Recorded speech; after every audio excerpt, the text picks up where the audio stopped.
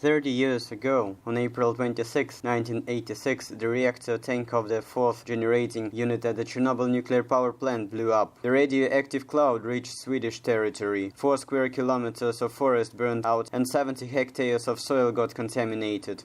There were also the threat of groundwater contamination. In the first days of May, 400 miners from Moscow and Donbas regions dug out a 130-meter-long tunnel and laid reinforcements for the concrete pouring of a vast plate with a water cooling system in the space under the reactor. The most dangerous area was surrounded by a 200-kilometer-long road. Not far from the NPP, 3 concrete-producing plants were built. Remote control equipment was mostly used for construction work. The protection structure, later called a sarcophagus, was mounted at a distance and then delivered to the plant, and then was filled with concrete. The concrete was delivered via a pipeline hundreds of meters long. By September, 4 layers of concrete walls had been constructed and interfloor coverings had been laid. Construction equipment which could not be deactivated was taken to graveyards. The protective sarcophagus was erected over 7 months.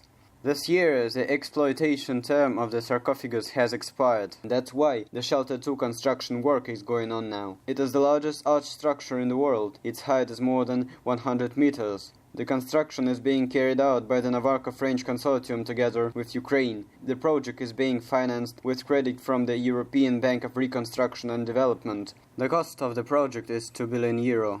Meanwhile, according to Nikolai Karpan, an engineer, physicist, liquidator, and author of books about the Chernobyl NPP, instead of dismounting the temporary protection shelter and removing the nuclear fuel, a non-retentive roof overhang is being constructed.